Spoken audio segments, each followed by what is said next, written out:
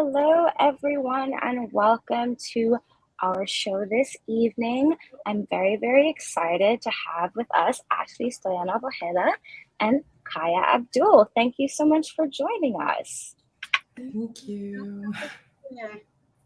So, some brief background about Kaya. She has her bachelor's of science in pre-med. She's an entrepreneur, speaker, author, content creator, and above all else, a creative. Ashley is a community builder, business development strategist, coach, and social entrepreneur, and they will both be speaking to us today about how you can grow. As you know, that is the name of our new segment, Growth, and we're here to help you through books find your feet in life.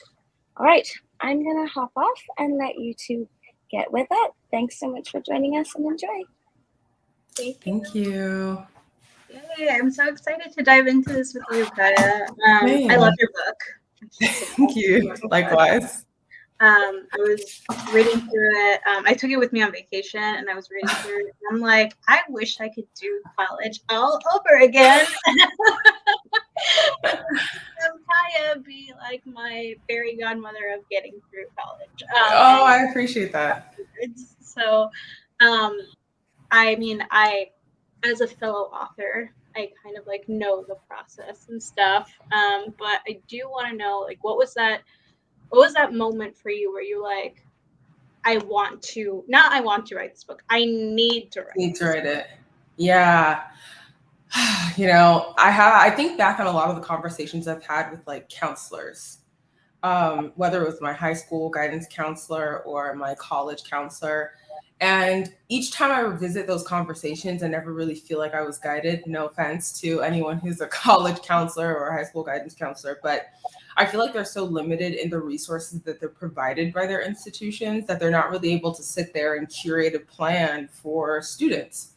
And we keep having this phenomenon where even today, I still see it as I create content on TikTok. Like, there are so many people who go to school and they just chose majors because they felt like it was the right thing to do, not knowing what to do with it, but they were just like, okay, this is what my high school counselor said I should consider, so I'm just going to do it. They do that major, they graduate, and they don't know what to do with the degree after spending 4 years in college because all their college advisor told them was just take these classes and you'll graduate, not really understanding how you can take what you learned in school and apply it throughout real life to make actual money. So having a lot of people on my YouTube actually comment and ask me questions about their majors, or people on Instagram, conversations with friends asking me how to apply their degrees. I was like, you know what?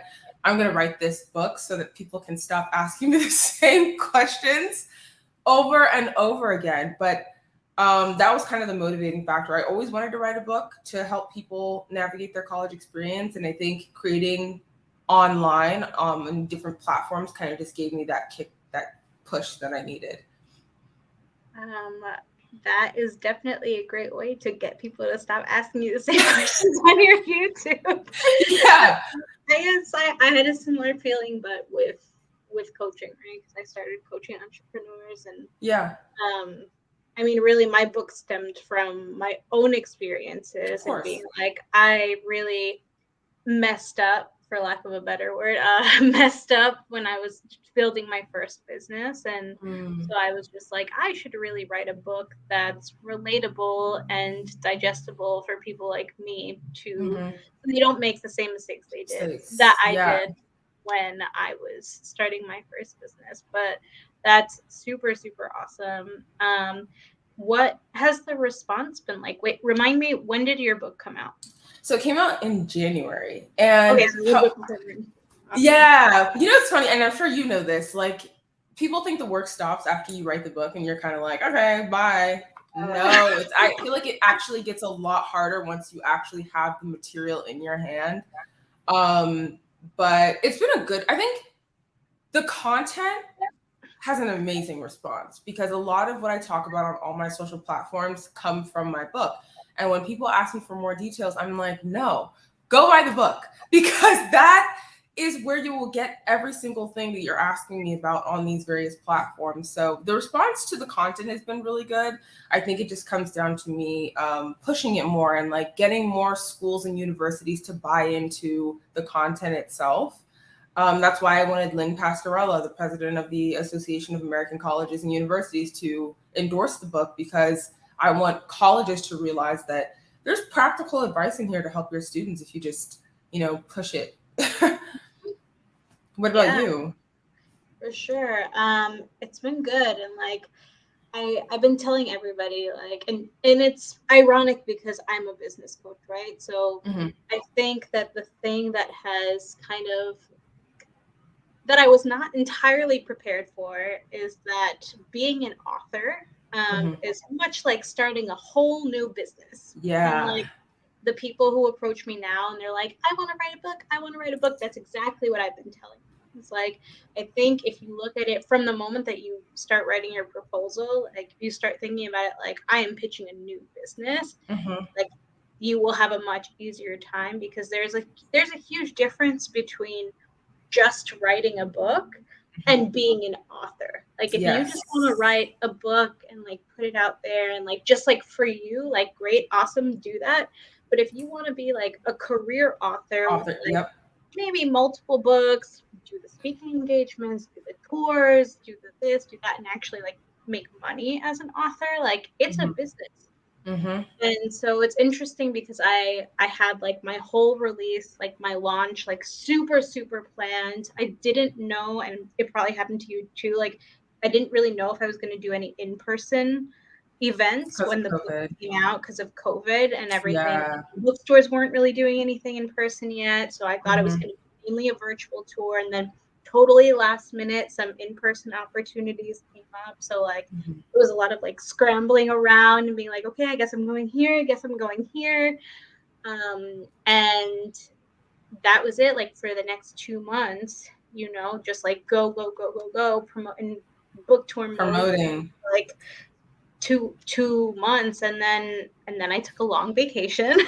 As you should. And now I feel like I'm just like back out there prepping, because next month is Hispanic Heritage Month, and that's of course when it's a book for Latina women mainly. Yeah. So everyone's gonna trying to get on that bandwagon next month. So I'm really happy with what the response has been like. I think just personally, it was a level of growth that I was not really prepared for. And so, of course, I have to learn how to integrate my author life into the business that I was already creating.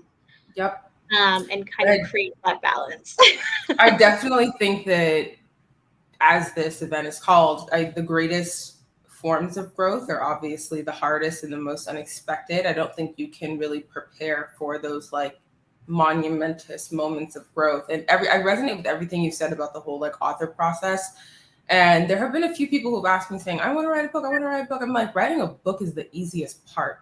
Writing the book is the easiest part. You want to write a book, you can write a book.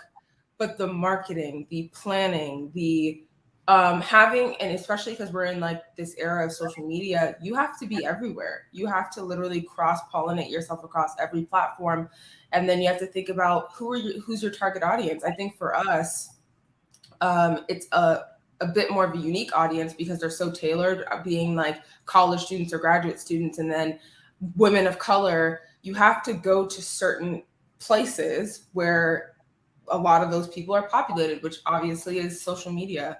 And having to be on all those platforms on top of doing speaking engagements, on top of running your other business, it's definitely an overwhelming side of growth. But I feel so privileged to have completed the process and feel like, okay, I can do this again. And I've learned from the mistakes I made with this first book in terms of like launch or understanding how it works. Cause I kind of was like, okay, I guess it's happening now. I guess the book is getting published now. And then amid COVID, then there were all these like printing issues and like because of delays in manufacturing. So I think that I feel I grew so much as a first-time author that I could do it even better the second time. Yeah, I think I'm definitely feeling the same way. It's so funny, right? Because I distinctly remember like the day that I signed the book contract, and I was just like, okay, like I've got some time to write, and but then you literally blink and it's like your book is out. Yeah. I signed the contract and they were like, all right, first draft's due in like 2 months. I said, okay, hold on. You're like, wait a minute. Oh, wait a minute. It just goes so fast, and then you're in like copy edits, and then you're in the artistic phase, and it's like, whoa, this happened a lot sooner than expected. But the growth, like how you grow as a person, and I think your mind and your perspective broadens in terms of what you believe you're capable of doing once you publish a book. I was literally just going to ask you, because for me, it was definitely like, I'm a fairly confident person, like most of the time. You have to be to write a book, Ashley. And you have to be an oversharer too. I said that to someone earlier today. They were like, is it okay if I ask you? And I'm like, girl, I wrote a nonfiction book. Like, you can ask me anything you want. But like, I'm a fairly confident person most of the time. And so writing this book, I was just like, yeah, I got this, whatever, this is going to be easy. And then I sat down to write. And when I tell you, Kai, I've never questioned myself so many times in my life when I was writing this book. Like, I would write 2 pages and then I would read those 2 pages over and over and over again for like 3 hours and be like, should this section go here? Or should this section go here? Actually, should I just scrap everything? And then I would look at the table of contents and literally like text my editors and be like, so do you think I should add 3 more chapters? Or do you think I should take out these chapters that we've already discussed? Like, thank God for editors, because I would have built up the wall. No, you get in your own head, and it's because you're so close to you. It's a form of art. Writing a book is a form of art. And like, I remember I was arguing about the title of this book. I was like, this is the hill I will die on. I am not changing the title of this book. And they were like, okay, listen, from a marketing perspective, because my business is called Career Savage. And they were like, from a marketing perspective, no, we don't think you should use certain words because we don't know what the response is going to be. I'm like, no, I want Career Savage in this book. They're like, it's in the book. You write about it, but it can't be in the title. And eventually my agent had to pull me aside and she's like, look, they're kind of right. You can't. I was like, oh, okay, fine. Yeah. So finally I was like, okay, I'll do that. But I agree with you. I read my book throughout the writing phase, and luckily before I signed my contract, I had half of the book done. Actually, I had more like 75% of the book already written. So it's funny because by the time the contract was signed, I basically finished the book. After the contract was signed, I read the book like 6 times and I changed everything. I mean, I have a paper copy of the book printed and all the red lines of me writing, like all the changes, X out, change this, move this. I was insane. Devil Wears Prada level. Because I just wanted to make sure that what I was giving out to people when they read it, it was going to be a real comprehensive guide where they read it and they feel like, okay, I have control over my career, my life, my goals, my visions.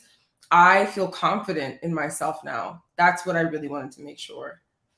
Well, it's also, I think, the kinds of books that we chose to write because we're not just telling stories, we're like teaching people about certain things. Like, that's really, really hard to do. Like, I don't know much about your business, but do you coach? I do, career so coaching, like as coaches, right? Like, we are used to being able to coach someone and get like immediate feedback from people, so we know if they're comprehending or digesting like what we're telling them, right? We can be like, are you still with me? Do you follow? Okay, we'll talk about this next time or whatever. But when you're teaching someone through a book, you don't have that ability to know what they're thinking, or like if they're still paying attention, or if something is confusing for them, or if they need more details about something. So of course we were driving ourselves crazy because we were asking ourselves all these things like what if they don't understand this? When do I explain this? Or should I explain this before I explain this? Because if they don't get this, then they won't get that. You have to explain. You're absolutely right. I didn't even think about it like that, but it's true. Because as you're writing the book, you're writing and then you have to ask yourself, what are the possible follow-up questions that would come from someone reading this sentence? And then you're like, all right, how am I going to incorporate that? And that's why the way I structured my book was I told the story about my experience first. Like, for example, I talked about an internship I had. And at the end of my internship, I had like this horrible panic attack because I was feeling so stressed about what I was going to do after graduation. And I was placing all this extreme pressure on myself. I had pressures from my mother, who's child of an immigrant, like putting that added layer in there so people could really understand, even adding the layer of the fact that I grew up in an affluent community. And I wanted people to understand that how things worked out for me and may not work out for them, but this is what you can do to try and get it to work out for you. So there are so many different things I was thinking about, like my type of reader. It's not going to be everyone from the same background as me, and I have to understand that. And I want to give them context. I don't want to make it seem like it was just, oh yeah, it was so easy for me. No.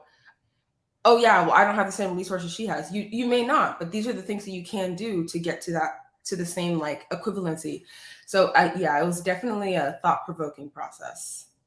Yeah, I mean, I also noticed. Well, I think you did a great job, by the way. Like structuring was the hardest part for me. Like actual, like once I got going with the chapters, like the writing was easy. I didn't get any writer's block, like while I was writing. Thank goodness. But writing diarrhea.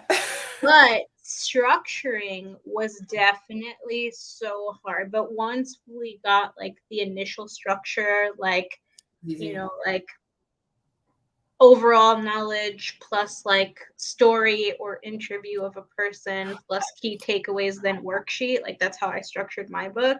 Once we got that down, it was a little bit easier to kind of keep going. But I didn't get that structure down until like halfway through the writing process. So that most of my book was written 2 months before the deadline. I didn't know that. Yeah. Wow. I had 6 months. I had 6 months to write. It still came out amazing though. Thank you. But I noticed some similarities between our books. So I saw at some point you also have like checklists and charts and stuff like that. Like, can you tell me a little bit about your thought process as to why you included those, like, I guess, actionable checkpoints? Yeah, I didn't want people to blaze through the book. I wanted them to stop and actually like almost like homework, For example, in the beginning of the book, I talk about writing out your goals for like after, or maybe at the beginning, I can't even remember where I put this checklist, but it was basically talking about things that you wanted to do after graduation. And for me, I made this checklist when I was in school, and I was like, oh, I'm going to get my real estate license because that's like another great way to have streams of income. I'm going to go apply to med school. I'm going to do all these things. And when I sat at that time, I wrote like why I wanted to do these things, because I've always been told growing up that if you can't figure out the why, you're never going to be able to come forth with the execution. It's just, you're just not going to be able to find that internal motivation to do it, honestly. Some people can, some people can't, but I wanted my readers to understand that there are like certain checkpoints that they needed to check in with themselves, not just to do like carbon copies of what I did, but really, what do you want to do and why? Even talking about like financial goals at the end of my book. How much do you want to save and what are you saving for? Because sometimes aimless saving doesn't really allow people to stick to their budgetary plan. And people wonder why I can never stick to a budget. I'm like, well, you're not really saving for anything. That's why. I mean, also, even talking about budgeting and financial planning, like at that age, like I wish somebody had talked to me about that.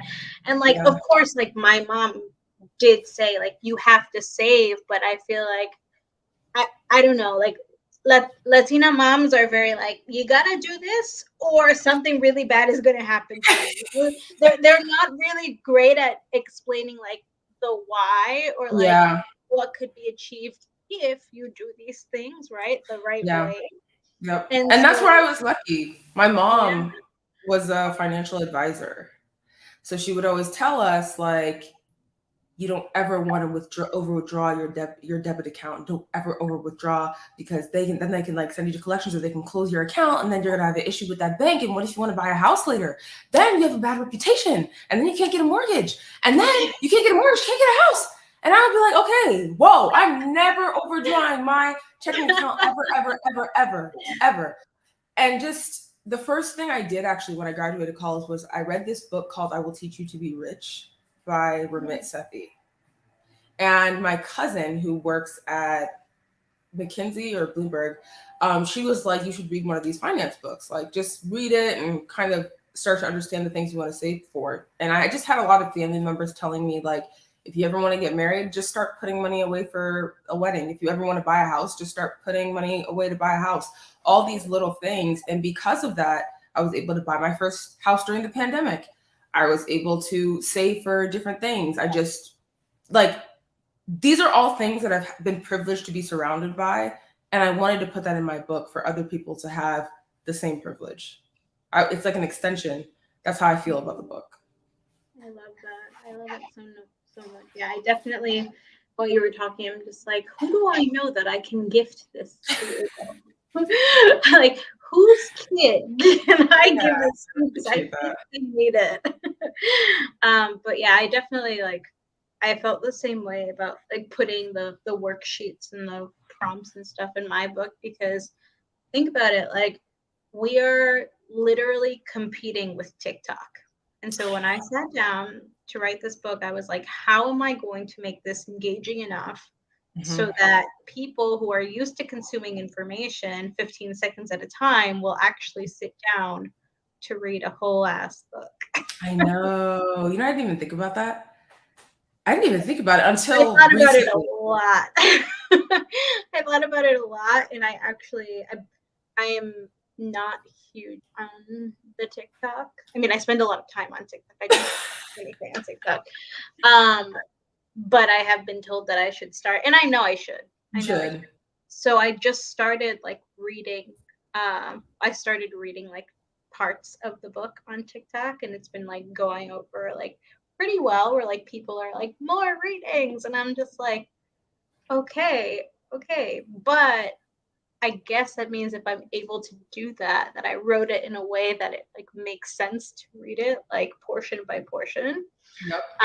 And that's actually something that the editors at Mango like really helped me with, because and I think I noticed it in yours too, that we have like relatively short chapters, like relatively short sections.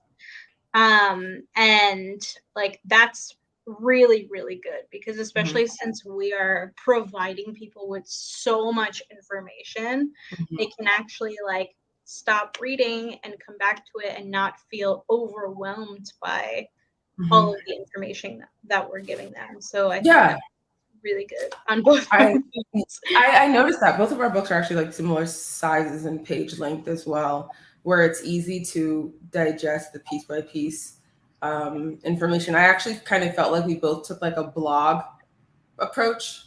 A blog approach where, you know, you read your blog and then it's like, okay, cool, I'll come back like in a week or two to see if there's like anything else that relates to me. And then you come back and you're like, huh, this is pretty good. I'm going to come back again. So yeah, I definitely noticed that.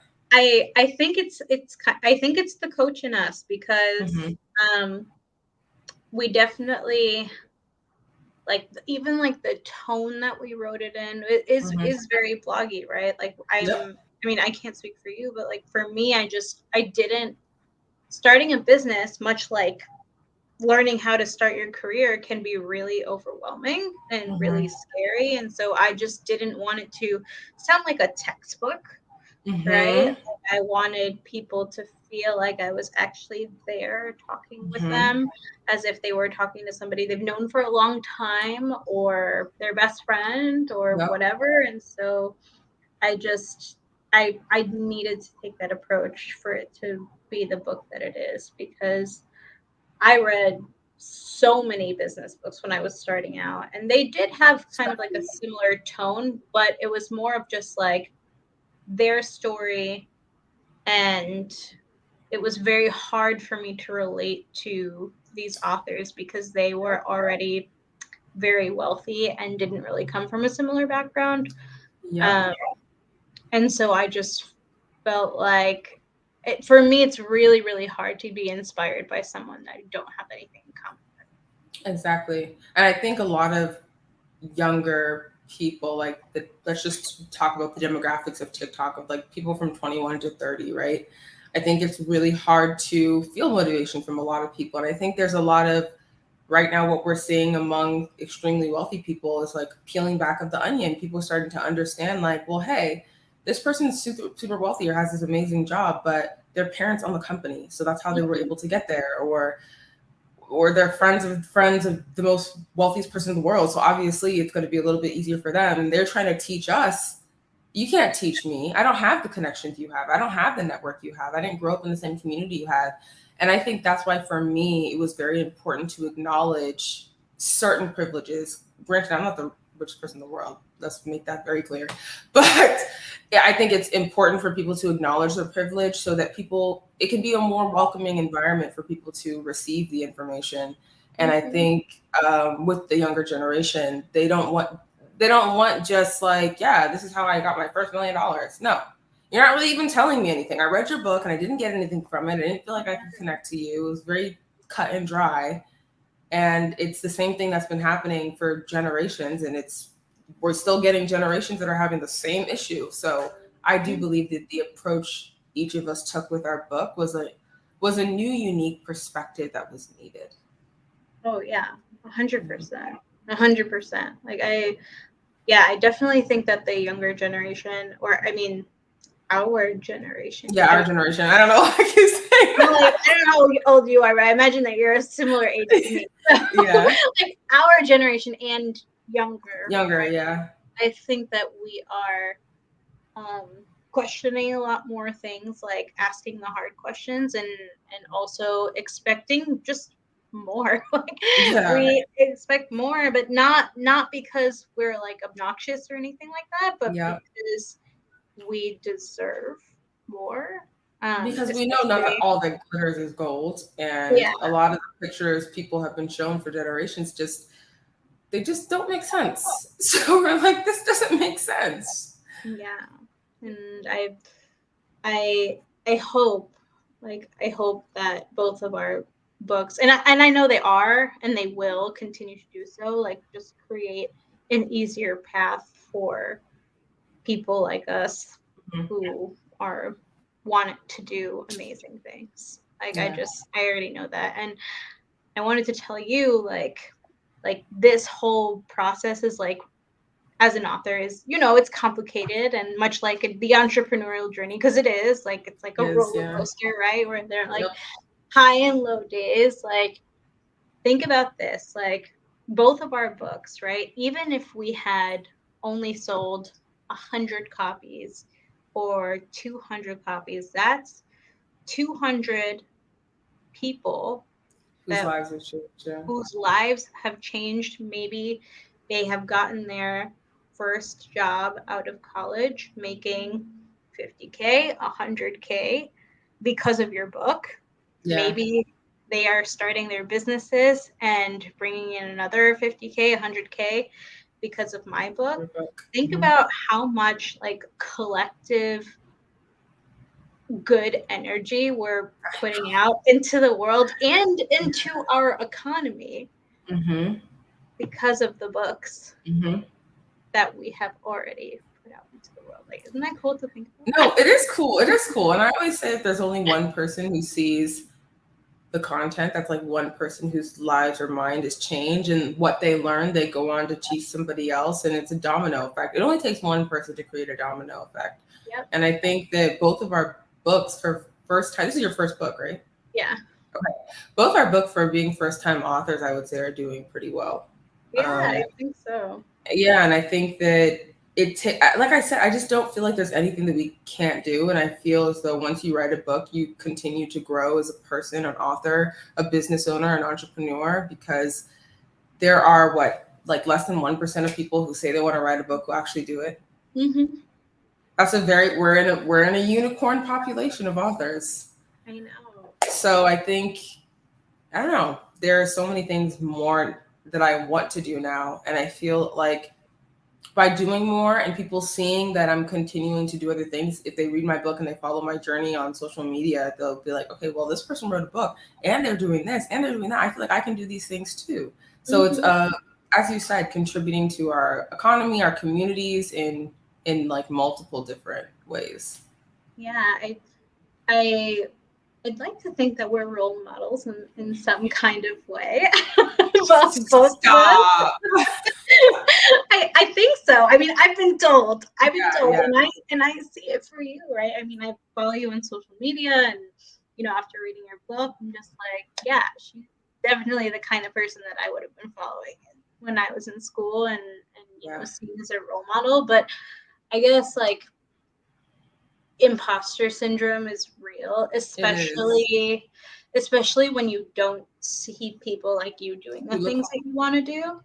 Yep. And I think like more than anything, like that's what we have, right? It's like we are able to hopefully be that for someone. And that's really cool too. No, it is. Imposter syndrome, I feel, is a plague among people of color because we're kind of always told that we can't do things or not given the same opportunities or the same platform. So it's always definitely been something for me where I want to be the person I've always been longing to see all these years in my career, because I still actually work in clinical research. So in that area, it's not as diverse, and that's also something that I still am trying to like target. And that's one of the reasons why I liked Mango, actually, our publisher, because they were so big on amplifying the voices of people of color.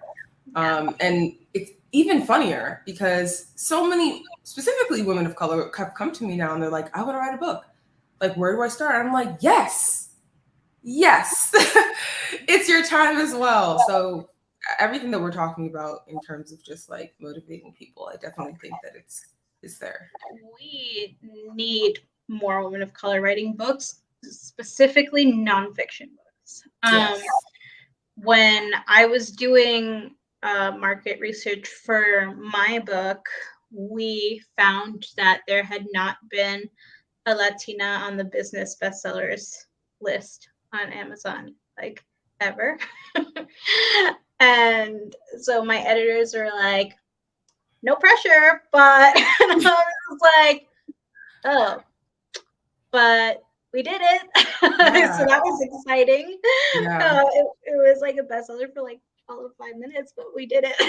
But still, I mean, to be a first-time author bestseller on that list is still like remarkable. It's hard to do.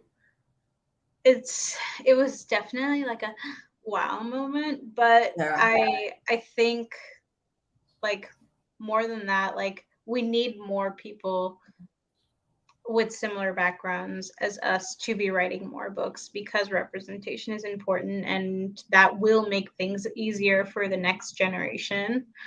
I hope. And that's it. So if you're watching or if you're listening after and you want to write a book, please let us know. Yeah, reach out to both of us. So how did you transition into starting your business? My career path has been very non-linear. It's been very like all over the place. So I actually started in the music industry. Oh, wow. Yeah, I don't know if you can see my keyboard in the background. I can. And also why I have like a microphone set up. I didn't even notice that. But yeah, I started 10 years ago, a little bit more than 10 years ago now, in the music industry. I started out actually as a singer-songwriter, and I was performing at venues in New York City. I grew up in New York, and I was like a very active singer-songwriter. I mean, I definitely wasn't famous or anything, but I was definitely making my way in the New York scene. And I was in college, and at first I was a psychology major, and I realized that I wasn't any good at science, so I should switch majors. And then at the same time, I was pursuing music, so I was like, you know what? I'm a really strong writer. I feel like as a performer, I need to learn how to like promote myself. So I ended up majoring in media communications, and that major at my school was very broad. So I kind of got to take classes in everything, That's like cool though. publishing, music industry, speech writing, PR, like a few marketing classes. So like I really got to experience a little bit of everything. And I started leaning towards going into journalism because I was like, I'm a strong writer. I know that's the only thing I knew about myself. I was just like, I know I can write. I suck at taking tests. I suck at math. I suck at science, but I can. But you're a good writer.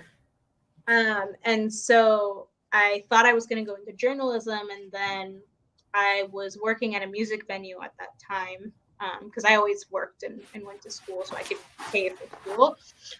It's funny how that happens in life. Yep. And I was working in a music venue at the time, and there was an editor who would come in all the time, and he worked at Rolling Stone, and I started talking to him, and I was just like, that would be so cool because like I'm into music and I want to write. So like, what are the odds that I could write for Rolling Stone one day? And he said two things to me that I'll never forget. And it wasn't in a mean way. He was just being very realistic about me. He was like, one, journalism is a dying industry, so don't go into it. Remind me, we're going to touch on that in a second, but keep going. Wait, and then he said, and our writer's room is filled with old white men, so you probably won't get hired. And I was just like, cool. All right. Dream crushed. Yeah. Next. So when it was time for me to like start picking more classes, I was like, all right, well, what else can I do as a strong writer? And so then I shifted into PR.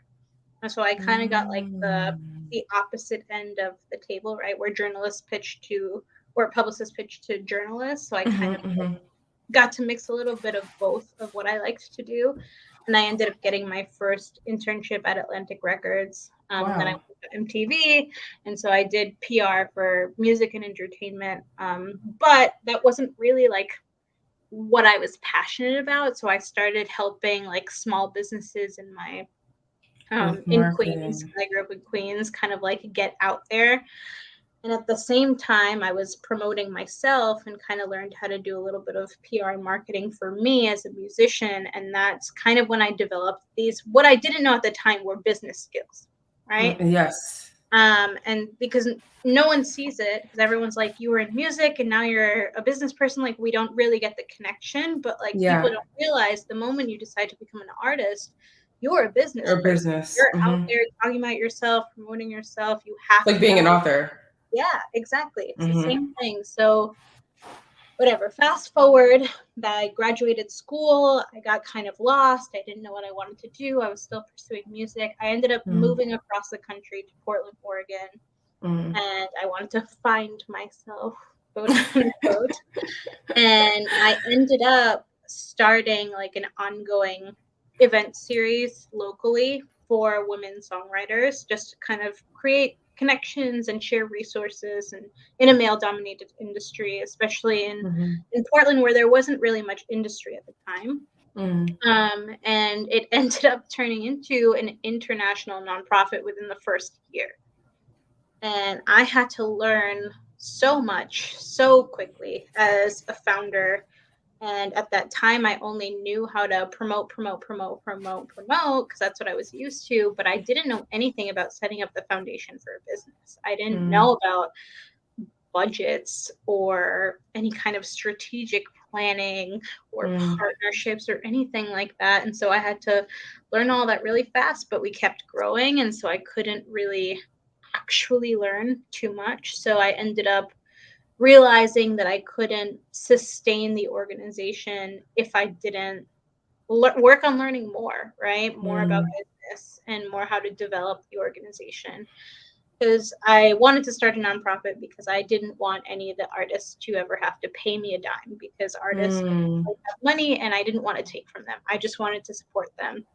And I guess as a nonprofit, I thought, oh, well, people will just donate and that's that. Like, that's how we will sustain our programs. I didn't think that there would be any strategy to it. I was so wrong. Nonprofits are still businesses. You still need a business plan, guys. Yeah.